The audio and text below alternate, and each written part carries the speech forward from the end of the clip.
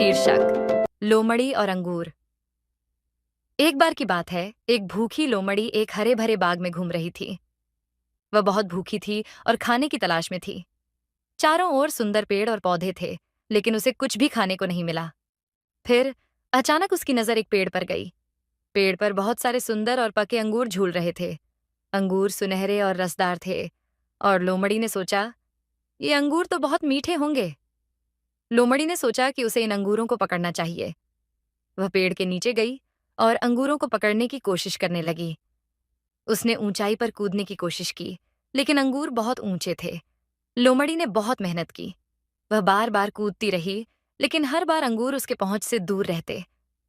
थोड़ी देर बाद लोमड़ी थक गई और पेड़ के नीचे बैठ गई। वह बहुत निराश हो गई और सोचने लगी। फिर उसने कहा, अगर मैं इन अंगूरों को नहीं खा सकती, तो ये तो जरूर खट्टे होंगे। यह कहते हुए उसने मुंह मोड़ लिया और वहां से चलने लगी। जब वह वहां से जा रही थी, तो उसने गर्व से कहा, मुझे इन अंगूरों की कोई जरूरत नहीं है, ये तो खट्टे हैं। इस तरह लोमड़ी ने अपनी असफलता को छिपाने के लिए अंगूरों को बेकार बताने की कोशिश की। नैतिक शिक्षा। जब हम किसी चीज को नहीं पा सकते, तो हम अक्सर उसे बेकार बताने लगते हैं। यह कहानी बच्चों को यह सिखाती है कि हमें हमेशा अपने लक्ष्यों के प्रति ईमानदार रहना चाहिए और असफलता के बाद निराश नहीं होना चाहिए। चींटी और कबूतर की दोस्ती।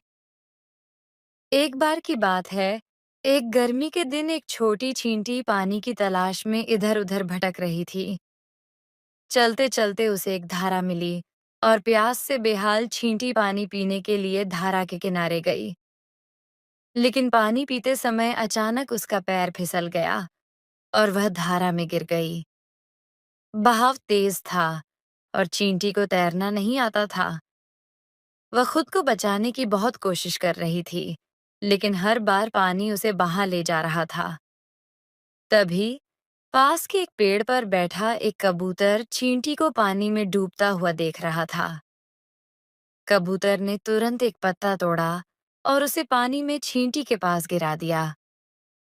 चींटी ने बड़ी मुश्किल से खुद को उस पत्ते पर चढ़ाया और पत्ता धीरे धीरे बहते हुए किनारे पर आ गया। चींटी बच गई और उसने कबूतर को धन्यवाद कहा। कुछ दिनों बाद वही चींटी जंगल में घूम रही थी। तभी उसने देखा कि एक शिकारी पेड़ के पास जाल बिछा रहा है, जहां कबूतर बैठा था। शिकारी कबूतर को पकड़ने के लिए तैयार था। चींटी ने यह देखा और तुरंत शिकारी के पैर पर चढ़ गई। उसने शिकारी को जोर से काट लिया। शिकारी दर्द से चिल्ला उठा और उसका निशाना चूक गया। शोर सुनकर कबूतर उड़ गया और उसकी जान बच गई। नीति। जो दूसरों की मदद करता है, उसकी भी मदद की जाती है। प्राचीन काल की बात है। एक हरे भरे जंगल में पेड़ों के बीच एक प्यारा सा कौवा रहता था। उसका नाम करुण था। करुण हर दिन अपनी चहचहाहट और चंचलता से सबका दिल जीत लेता था। उसकी काले रंग की पंख, नीली आंखें और चुस्त चोंच सभी को आकर्षित करती थीं। लेकिन एक दिन जब सूरज की तपन बढ़ रही थी और आसमान में कोई बादल नहीं था, करुण को एक बड़ी समस्या का सामना करना पड़ा। पानी की खोज। करुण दिन भर उड़ते उड़ते थक चुका था और अब वह बहुत प्यासा महसूस करने लगा। उसने सोचा, मुझे जल्दी से पानी मिलना चाहिए, नहीं तो मैं बहुत बीमार हो सकता हूं। उसने अपनी चोंच से जमीन पर पानी खोजने की कोशिश की, लेकिन कहीं भी पानी का निशान नहीं मिला। वह आसपास के तालाबों और नदियों की ओर उड़ने लगा, लेकिन सभी सूखे हुए थे। गर्मी के कारण सभी जल स्रोत सूख चुके थे। करुण बहुत थका हुआ और निराश हो गया। वह सोचने लगा, अब क्या करूं? कहां से पानी मिल सकता है? घड़े का मिलना। जब करुण अपने पंखों को झाड़ते हुए और अपनी प्यासी चोंच को सहेजते हुए एक उबड़-खाबड़ जगह पर पहुंचा, तो उसकी नजर एक ऊंचे घड़े पर पड़ी। घड़ा पुराना और घिसा-पिटा था, लेकिन उसके अंदर थोड़ी सी पानी की चमक दिखाई दे रही थी। करुण ने खुशी से चोंच से घड़े की ओर झांकते हुए देखा कि उसमें बहुत कम पानी था। वह घड़े के पास गया और देखा कि घड़े का मुंह बहुत ऊंचा था, जिससे वह पानी तक आसानी से नहीं पहुंच पा रहा था। उसने अपनी चोंच से पानी निकालने की बहुत कोशिश की, लेकिन सफल नहीं हुआ। करुण निराश हो गया और सोचने लगा कि अब वह क्या करे। समाधान का विचार करुण ने अपने छोटे से दिमाग का इस्तेमाल करना शुरू किया। उसने सोचा, अगर मैं कुछ पत्थर घड़े में डाल दूं तो पानी का स्तर ऊपर आ सकता है। उसे यह विचार बहुत अच्छा लगा और उसने आसपास देखना। उसने कई छोटे छोटे पत्थर ढूंढे और एक एक करके घड़े में डालने लगा। जैसे जैसे पत्थर घड़े में डाले जाते गए, पानी धीरे धीरे ऊपर आने लगा। करुण ने देखा कि पानी का स्तर बढ़ रहा है और उसकी उम्मीदें और भी बढ़ गईं। पानी का मिलना अंततः जब पानी का स्तर इतना बढ़ गया कि करुण आसानी से अपनी चोंच डाल सकता था, वह बहुत खुश हो गया। उसने अपनी प्यारी चोंच से पानी पिया और अपनी प्यास बुझाई। उसके चेहरे पर एक बड़ी सी मुस्कान थी और उसने सोचा, मेहनत और धैर्य से सभी समस्याओं का समाधान निकाला जा सकता है।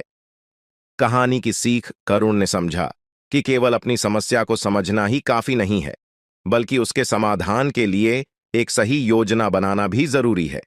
उसने अपनी मेहनत और सोच समझ से अपनी प्यास बुझाई और एक महत्वपूर्ण सबक सीखा कि संकट के समय धैर्य और होशियारी सबसे बड़ा साधन होते हैं। जब करुण पानी पीकर ताजगी महसूस करता है, तो वह अपने घर की ओर उड़ता है, खुश और संतुष्ट। उसकी यह कहानी आज भी हमें सिखाती है कि मुश्किल समय में हमें अपने दिमाग का उपयोग करना चाहिए और धैर्य रखना चाहिए। समाप्ति इस कहानी से हमें यह सीखने को मिलता है कि कठिन परिस्थितियों में हमें निराश नहीं होना चाहिए, बल्कि ठान लेना चाहिए कि हम अपनी समस्याओं का समाधान खोज लेंगे। चाहे कितनी भी कठिनाई हो, सही सोच और योजना से हम किसी भी समस्या को हल कर सकते हैं। धन्यवाद। ज्यादा पाने की चाह में सब खो दिया। एक समय की बात है, एक गांव में एक भूखा कुत्ता भटक रहा था। उसे भूख बहुत जोर से लगी थी और वह कुछ खाने की तलाश में था। काफी खोजने के बाद उसे एक घर के आंगन में एक बड़ा टुकड़ा हड्डी मिल गया। वह बहुत खुश हुआ और तुरंत हड्डी को अपने मुंह में पकड़कर वहां से भागा। उसकी आंखों में खुशी की चमक थी, क्योंकि अब उसके पास खाने के लिए कुछ था। उसने सोचा, यह हड्डी बहुत स्वादिष्ट होगी, मुझे इसे सुरक्षित जगह पर जाकर खाना चाहिए। वह कुत्ता भागते भागते एक नदी के किनारे पहुंच गया। वहां पर एक पुल था जिसे पार करके वह दूसरी ओर जाना चाहता था। जैसे ही वह पुल के बीच में पहुंचा, उसकी नजर नदी के शांत पानी में अपने ही प्रतिबिंब पर पड़ी। उसे लगा कि पानी में एक और कुत्ता है जिसके मुंह में भी एक हड्डी है, जो उसकी हड्डी से भी बड़ी दिख रही थी। लालच ने उसे घेर लिया और उसने सोचा, अगर मैं उस कुत्ते की हड्डी भी हासिल कर लूं तो मेरे पास 2 हड्डियां हो जाएंगी। यह सोचकर उसने अपनी हड्डी को पाने की कोशिश में भौंकना शुरू कर दिया। लेकिन जैसे ही उसने मुंह खोला, उसकी हड्डी उसके मुंह से निकलकर नदी में गिर गई और पानी में बह गई। अब उसके पास न अपनी हड्डी थी, न ही वह हड्डी जो उसे पानी में दिखाई दे रही थी। कुत्ते ने दुखी होकर देखा कि उसका लालच उसे खाली हाथ छोड़ गया था।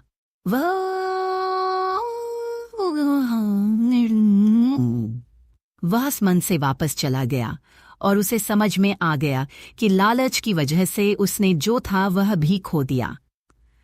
मरल न लालच हमेशा नुकसान पहुंचाता है। हमें जो हमारे पास है उसी में संतुष्ट रहना चाहिए और अधिक पाने की चाह में उसे नहीं खोना चाहिए।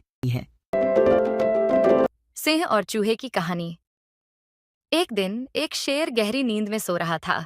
अचानक एक चूहा उसके शरीर पर दौड़ने लगा।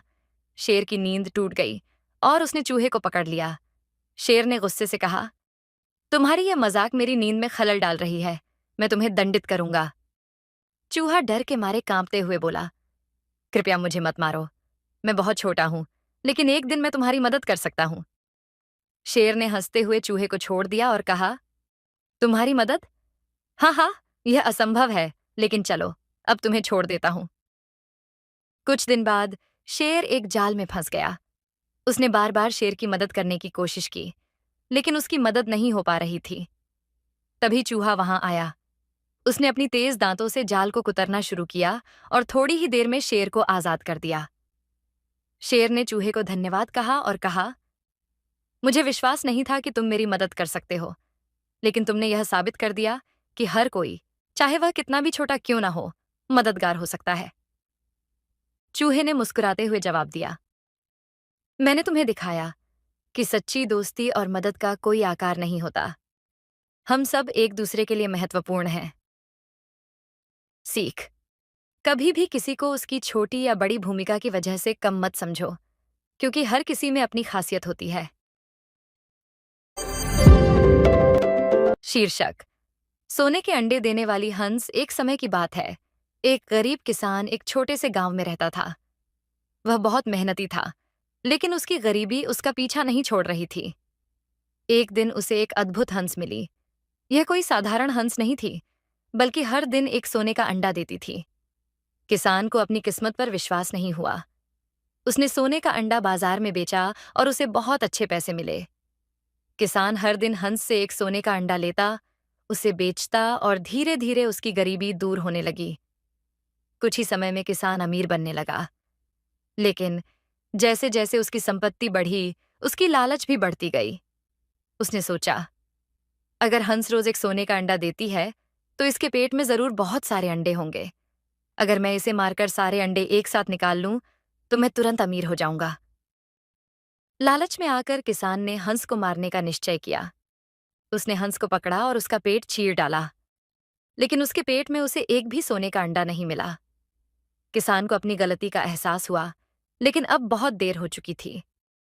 हंस मर चुकी थी और अब न तो किसान को सोने का अंडा मिल रहा था, न ही उसकी अमीरी बची। अब किसान पहले से भी ज्यादा गरीब हो गया था, क्योंकि उसकी लालच ने उसकी सारी संपत्ति छीन ली थी। शिक्षा, लालच बुरी बला है। हमें हमेशा संतोषी रहना चाहिए, वरना हाथ में आई चीज भी खो सकते हैं। शीर्षक, हवा और सूरज की ताकत की परीक्षा। एक बार हवा और सूरज में इस बात को लेकर बहस हो गई कि उनमें से कौन अधिक शक्तिशाली है। दोनों को अपनी अपनी ताकत पर बड़ा गर्व था। अंततः उन्होंने एक प्रतियोगिता करने का निर्णय लिया, ताकि यह साबित हो सके कि कौन अधिक बलशाली है। तभी उनकी नजर एक राहगीर पर पड़ी, जो रास्ते पर चलते हुए एक मोटी चादर ओढ़े हुए था। हवा और सूरज ने तय किया कि जो भी उस राहगीर की चादर उतरवा देगा, वही विजेता होगा। सबसे पहले हवा ने अपनी ताकत आजमाई। उसने पूरी शक्ति से जोर जोर से बहना शुरू किया। जैसे ही हवा तेज हुई, राहगीर ने अपनी चादर को और कसकर पकड़ लिया, ताकि वह उड़ न जाए। हवा जितनी जोर से चलती, राहगीर उतनी ही मजबूती से अपनी चादर को लपेटता गया। आखिरकार हवा ने हार मान ली, क्योंकि राहगीर ने अपनी चादर को छोड़ने से साफ इनकार कर दिया। अब सूरज की बारी थी। सूरज ने धीरे धीरे अपनी गर्मी बढ़ानी शुरू की। उसकी मुलायम किरणें राहगीर के ऊपर पड़ने लगीं। कुछ समय बाद राहगीर को गर्मी महसूस होने लगी। सूरज की तपिश बढ़ती गई और राहगीर को इतना गर्म लगा कि उसने चादर को ढीला कर दिया। अंततः सूरज की तपिश से परेशान होकर उसने अपनी चादर पूरी तरह से उतार दी। इस प्रकार सूरज ने सिद्ध कर दिया कि नरमी और सहनशीलता की ताकत अक्सर कठोरता और जबरदस्ती से कहीं अधिक प्रभावी होती है। शिक्षा, नरमी और स्नेह से वह काम हो सकता है जो कठोरता और बल से नहीं हो सकता। भेड़िया और भेड़वांश कहानी। एक बार की बात है, एक घने जंगल में एक चालाक भेड़िया रहता था। वह अक्सर भेड़ों को डराता और परेशान करता था। एक दिन भेड़िया ने सोचा कि क्यों ना भेड़ों से दोस्ती कर ली जाए और फिर उन्हें आसानी से शिकार किया जाए।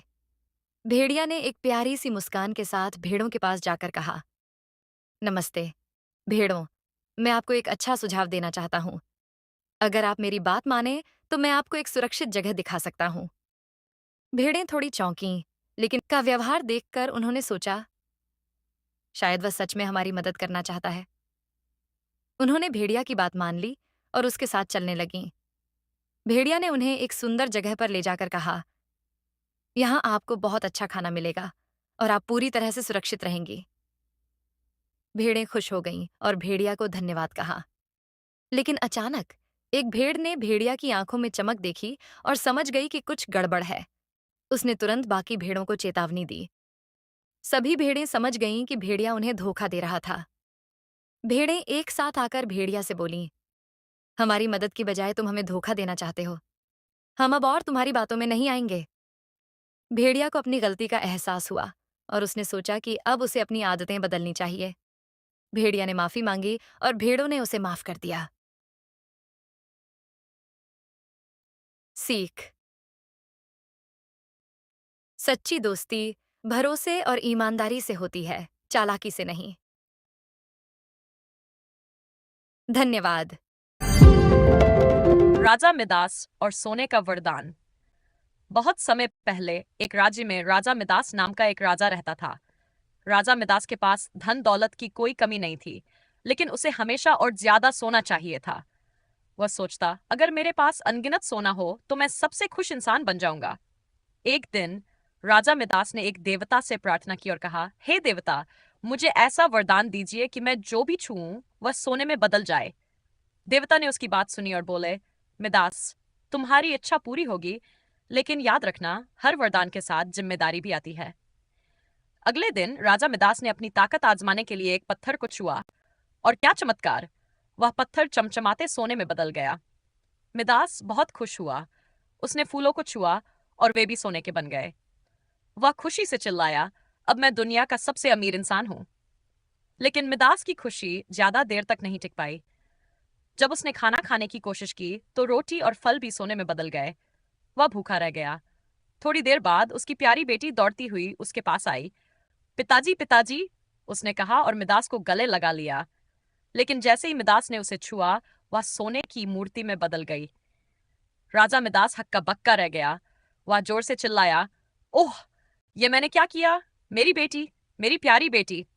अब मिदास को समझ में आ गया कि उसका लालच कितना बड़ा बोझ बन गया है। मिदास भागते हुए देवता के पास गया और उनसे प्रार्थना की, हे देवता, मुझे माफ कर दीजिए। मैं अपने इस वरदान से छुटकारा चाहता हूँ। मुझे मेरी बेटी वापस चाहिए। देवता ने उसकी प्रार्थना सुनी और कहा, मिदास, अब तुम्हें समझ आ गया है कि असली खुशी धन में नहीं, अपनों के साथ होने में है। तुम्हारा वरदान वापस लिया जाता है। जैसे ही मिदास अपने महल लौटा, उसकी बेटी फिर से जीवित हो गई। वह दौड़कर मिदास से लिपट गई। मिदास की आंखों में आंसू थे। उसने अपनी बेटी से कहा, अब मुझे किसी और सोने की जरूरत नहीं है। मेरे लिए तुम ही सबसे बड़ा खजाना हो। मूल संदेश। लालच बुरी बला है। असली खुशी उन चीजों में है जो पैसे से नहीं खरीदी जा सकती।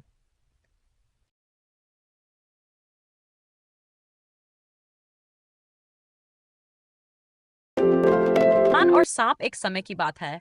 एक गांव के पास खेतों के बीच एक किसान रहता था। वह बहुत दयालु और सरल स्वभाव का व्यक्ति था। हर किसी की मदद करना उसकी आदत थी। वह न केवल इंसानों के लिए बल्कि जानवरों के लिए भी अपने दिल में जगह रखता था। शुरुआत। सांप की मदद। एक दिन कड़कड़ाती सर्दी में किसान अपने खेतों की तरफ जा रहा था। ठंडी हवा चल रही थी और चारों ओर बर्फ जमी हुई थी। रास्ते में उसने एक सांप को देखा जो ठंड के कारण अकड़ा हुआ था। सांप अपनी जगह पर बिल्कुल निर्जीव सा पड़ा था। किसान को सांप पर दया आ गई। उसने सोचा, बेचारा ठंड से मर जाएगा, इसे गर्मी देनी चाहिए। किसान ने अपना ऊनी कपड़ा उतारा और सांप को उसमें लपेटकर अपने घर ले आया। उसने सांप को अपने आग के पास रखा ताकि वह गर्म होकर ठीक हो सके। मध्य। किसान को सांप का डसना। जैसे ही सांप को गर्मी मिली, वह धीरे धीरे हरकत करने लगा। उसके शरीर में जान वापस आ गई। किसान खुशी से बोला, अब तुम ठीक हो जाओगे। लेकिन किसान की दयालुता और मदद को समझने के बजाय, जैसे ही सांप पूरी तरह से गर्म हुआ, उसने किसान के हाथ पर डस लिया। किसान दर्द से चीख उठा, तुमने मुझे क्यों डसा? मैंने तो तुम्हारी जान बचाई थी। सांप ने क्रूरता से जवाब दिया, यह मेरी फितरत है, मैं इसे नहीं बदल सकता, चाहे तुमने मेरी कितनी भी मदद क्यों न की हो। अंत। किसान की समझ। किसान जमीन पर गिर पड़ा। उसके शरीर में जहर फैलने लगा था। उसने दुख और पछतावे से सांप की तरफ देखा और कहा, मैंने अपनी दयालुता में यह नहीं सोचा कि जो स्वभाव से दुष्ट है वह कभी नहीं बदल सकता। मेरी यह गलती मुझे जीवन भर याद रहेगी, हालांकि अब मेरा जीवन ही समाप्त होने वाला है। यह कहकर किसान ने अपनी आंखें बंद कर ली और कुछ देर में उसकी सांसें थम गई। सांप बिना किसी पछतावे के जंगल की ओर चला गया। नैतिक शिक्षा, जो स्वभाव से दुष्ट है वह बदल नहीं सकता। इस कहानी से हमें यह सीख मिलती है कि दुष्ट स्वभाव के लोगों से सावधान रहना चाहिए, चाहे वे कितने भी असहाय क्यों न दिखें।